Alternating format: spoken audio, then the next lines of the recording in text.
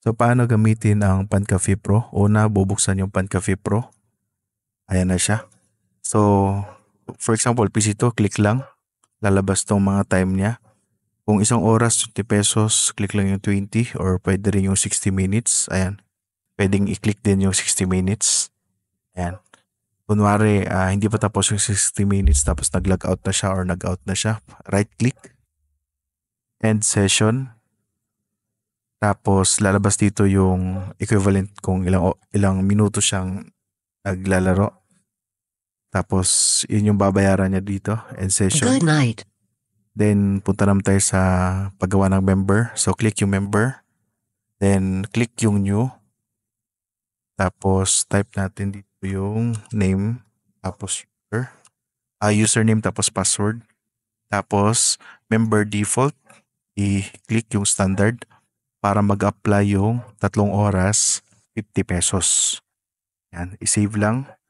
Pag na-save na, lalabas tong edit, i-click yung edit. Tapos, for example, 50 pesos, 3 hours, di ba? So, lagay natin 50 pesos. Ayan, 3 hours nakalagay dyan. Malabo nga lang. Okay. So, ayan na siya. 50 pesos. Tawag dito. 3 oras. So, punta na tayo sa client side. Open tayo ng isa. Check natin kung magana ba. So, dito naman sa client side, click lang kahit saan. Tapos, member login. Tapos, new. Word new. Enter. Computer 2 member session started. Dito nakalagay, di ba, ano yun, 50 pesos. 45 agad dito kasi sinadya to para yung mga client na maglalagin lang saglit tapos check ng Facebook tapos log out agad. Sayang yung kuryente kung per piso yung bawas niya sa pag-open. So dito automatic may bawas siya na 5 pesos pero consumable yung 5 pesos na yun. Parang kumbaga oras pa rin niya. Computer 1 is still. So yun, log out lang siya rito. Computer 2 member session closed. So check natin dito yung balance niya. Dito yung balance niya agad is 2 hours and 30 minutes. So 30 minutes yung nabawas agad, saglit lang siyang nagbukas dahil naka-promo kasi siya. Kung hindi siya pumasok dun sa promo, for example, edit na lang natin to. For example, hindi. Tawag to, gawa tayo ng bago, new one.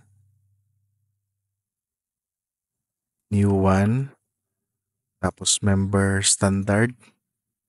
Save. Edit balance. Tapos lagay natin dito 40 pesos.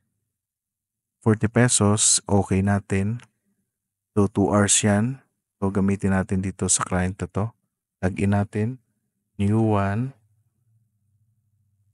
Computer 2 member session So started. automatic 35 yung balance niya. For example, Computer 6 is still.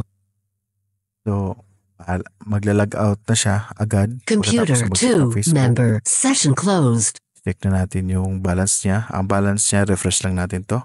Ayan. So ang nabawas lang talaga is 15 minutes.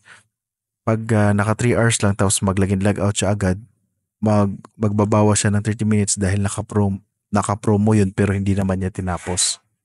Yun. So yun lang. In short, calculated na yung mga pricing niya. Automatic na. So hindi niya kailangang isipin kung magkano yung ibabawas dyan. So, yun. Ito yung sa new kanina. Ito naman yung sa tinest natin na 2 hours lang. 15 pesos lang yung 15 minutes lang yung nabawas sa kanya pero yun consumable naman siya. So, yun lang siguro. Ayan, sa pag-edit ng oras, settings, tapos tariff, pricing, tapos edit lang to. Highlight, edit, palitan kung anong gustong palitan, tapos i-save. Yun lang. The rest is tanong na lang sa akin. Ulitin ko, sa home yun ha, yung makikita yung client. By the way, dito sir, kita rin dito yung mga pinagagawa nila sa screen view. So, ayan. Highlight. Then, piliin ko ilang oras. 30 minutes. Ayan, 30 minutes. Pagtapos na, and lalabas dito yung 10 pesos, ayan, 10 pesos lalabas yan, end Good session. night. Then, member, new, name, password, save.